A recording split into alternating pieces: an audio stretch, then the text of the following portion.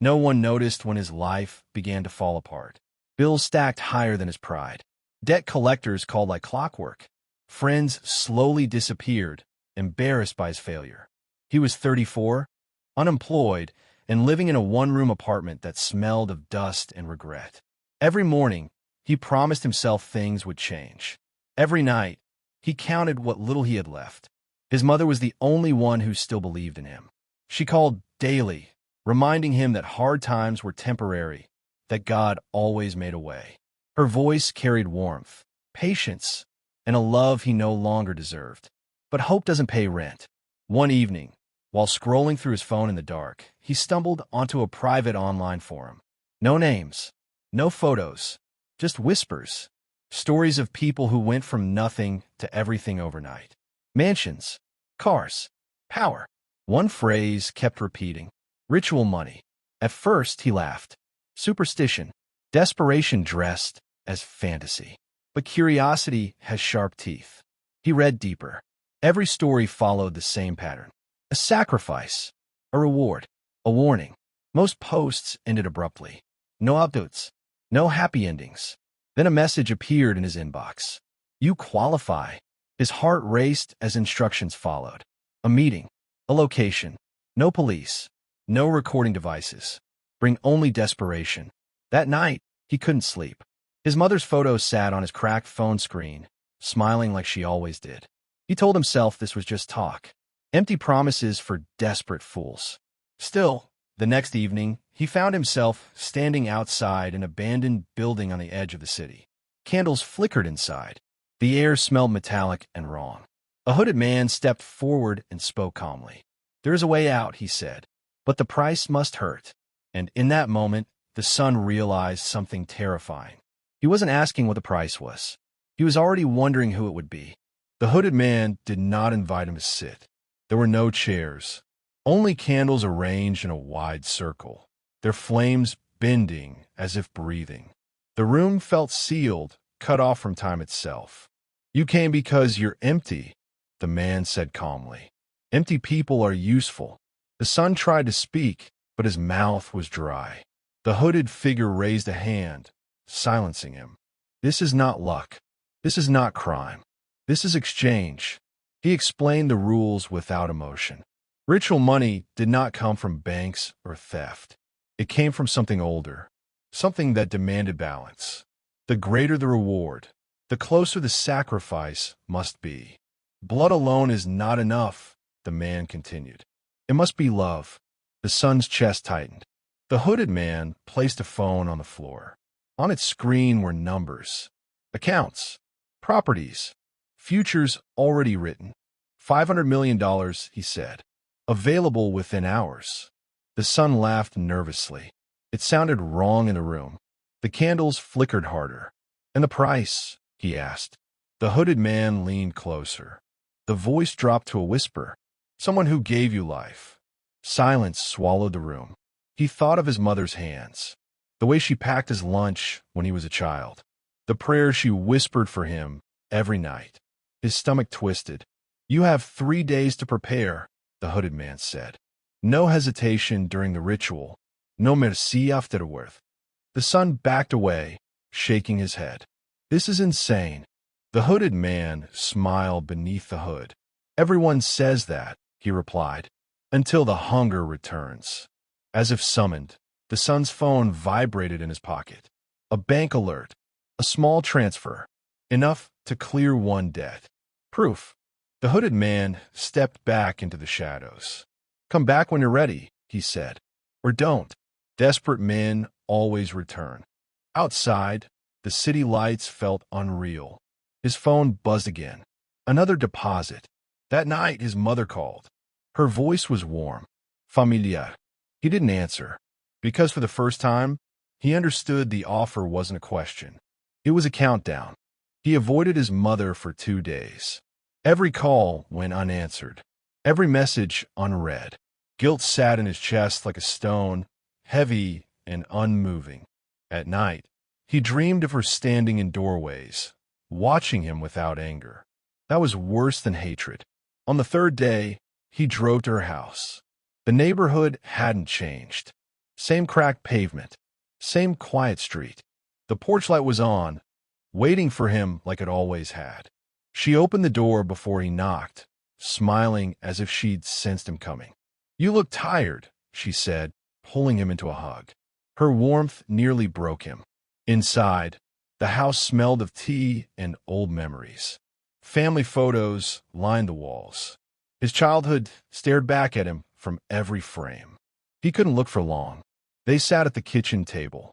She talked about small things. The weather. The neighbor's dog. Anything to fill the silence he carried with him. He finally spoke. "I found a way out," he said quietly. Her eyes lit up. "I knew you would." That was the moment he chose to stop being a son. Later that night, he told her they were going somewhere special. A prayer meeting. A blessing. She trusted him without question. She always had. The ritual site waited in silence. Candles burned low. The hooded man watched without interference.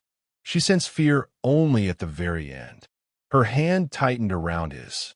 "It's okay," she whispered. "I'm here." He couldn't meet her eyes. The ritual demanded no screaming, no resistance, just surrender. When it was done, the candles went out all at once. The hooded man nodded. "It is sealed." Outside, the air felt heavier. His phone vibrated before he reached the car. Balance updated. $500 million. He stared at the screen, shaking.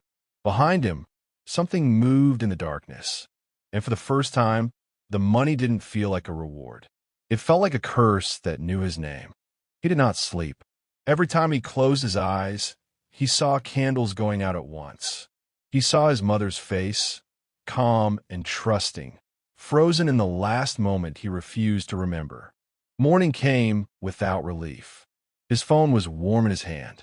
Notifications stacked endlessly across the screen. Bank alerts, investment confirmations, property deeds finalized in cities he had never visited. The number at the top did not feel real. $500 million. He refreshed the screen again and again, waiting for it to disappear. It didn't. By noon, luxury car dealerships were calling him by name. Real estate agents emailed private listings marked confidential. People who had ignored him for years suddenly found his number. But then another message arrived. "No sender." No number. "You have 3 days." A timer appeared beneath the message. 72 hours. Counting down. Another message followed. "Spend every dollar. Nothing may remain." His hands began to shake. He called the number back. It rang once, then died. Panic crept in where excitement should have lived. He tried to rationalize it. Fine. He would spend it. How hard could that be? He bought a penthouse without seeing it. Paid in full. Purchased 3 supercars in one afternoon. Donated millions to causes he did not recognize, hoping generosity might dilute the weight on his chest. But the balance barely moved. At night, the apartment felt wrong. Too quiet. Too large. He heard footsteps where no one stood. Reflections lingered too long in mirrors. On the second night, he woke to his phone vibrating again. "You are wasting time." The timer glowed brighter now. He looked at the remaining balance and felt something close to terror. The money was arriving faster than he could spend it. And in the silence of that luxury-filled room, he understood the truth too late. The ritual was not rewarding him. It was testing him. And somewhere beyond the numbers and the ticking clock, something patient was waiting for him to fail. The third night felt wrong from the beginning. The city outside his windows was silent, too still for a place that never slept. Even the lights seemed dimmer, as if the world itself was stepping back from him. 12 hours remained. He no longer tried to spend the money. The idea felt pointless now. Every screen he touched reflected the same truth. The ritual was finished with him. What remained was collection. Whispers followed him through the penthouse. Not loud, not threatening. Familiar. His mother's voice. Not angry, not accusing. Disappointed. He found fingerprints on the glass walls, appearing and fading on their own. Wet footprints crossed marble floors and vanished before reaching the doors. Every mirror he had covered now bulged beneath the sheets, as if something behind them was breathing. His phone vibrated again. Do you remember why you were chosen? Images flooded his screen. Moments from his childhood. His mother tying his shoes. Standing in the rain, waiting for him after school. Praying beside his bed when he was sick. His chest tightened until breathing hurt. The money balance flickered. It began to decay. Numbers bled into one another, digits melting like wax. The total dropped suddenly, then surged back higher than before. The system was no longer pretending to be human. 6 hours. He tried to leave. The elevators refused to respond. Stairwells led back to the same floor, no matter how long he walked. The building had become a closed circuit. In the reflection of a darkened window, he finally saw her clearly. She stood behind him, just as she had in his dreams. Not wounded, not broken, whole. You spent my life, she said softly, but you never spent the guilt. He collapsed to his knees, sobbing, begging for forgiveness that could no longer be given. 3 hours. The lights went out one by one, and in the darkness, something else moved closer. Not to kill him, to remind him. The third night felt wrong from the beginning. The city outside his windows was silent, too still for a place that never slept. Even the lights seemed dimmer, as if the world itself was stepping back from him. 12 hours remained. He no longer tried to spend the money. The idea felt pointless now. Every screen he touched reflected the same truth. The ritual was finished with him. What remained was collection. Whispers followed him through the penthouse. Not loud, not threatening. Familiar. His mother's voice. Not angry, not accusing. Disappointed. He found fingerprints on the glass walls, appearing and fading on their own. Wet footprints crossed marble floors and vanished before reaching the doors.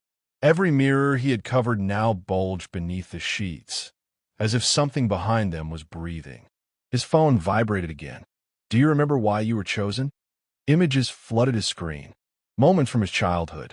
His mother tying his shoes. Standing in the rain, waiting for him after school. Praying beside his bed when he was sick. His chest tightened until breathing hurt. The money balance flickered. It began to decay. Numbers bled into one another, digits melting like wax. The total dropped suddenly, then surged back higher than before. The system was no longer pretending to be human. 6 hours. He tried to leave. The elevators refused to respond. Stairwells led back to the same floor, no matter how long he walked. The building had become a closed circuit. In the reflection of a darkened window, he finally saw her clearly. She stood behind him, just as she had in his dreams. Not wounded, not broken, whole. You spent my life, she said softly, but you never spent the guilt. He collapsed to his knees, sobbing, begging for forgiveness that could no longer be given. 3 hours. The lights went out one by one, and in the darkness, something else moved closer. Not to kill him, to remind him. The last hour arrived without a sound. No ticking, no alerts, no warnings. The countdown vanished from his phone, replaced by a blank screen that reflected his own face back at him. Pale, hollow, unrecognizable. He stood alone in the dark penthouse, surrounded by everything he had bought and nothing he could keep. The money still existed, heavy and untouched, sitting where it was never meant to sit. Then the candles appeared. One by one, flames ignited across the floor, forming the same circle from the night he made the deal. The air thickened. The smell returned. Metal and smoke and memory. The hooded man stepped forward, no longer hiding his face. You failed, he said calmly. Not because you couldn't spend the money, but because you misunderstood the bargain. The son's voice broke. You said I would die. The man nodded. Everyone does. A figure emerged from the darkness behind him. His mother. Not a ghost. Not a vision. Something older. Something final. She looked at him the way she always had when he lied as a child. With sadness, with understanding, with certainty. We give our lives so our children can live better, she said softly. You stole mine so you could run. The candles went out. The money vanished. Every screen in the room went black. In the morning, security found an empty penthouse. No body, no straged, no sign of escape. Only a phone lying on the floor. On its screen was a single message, addressed to no one. Balance settled. Some people believe he died that night. Others say he still exists somewhere between moments, endlessly trying to spend money that no longer belongs to the living. But everyone agrees on one thing. There are worse fates than death, and some prices are paid forever.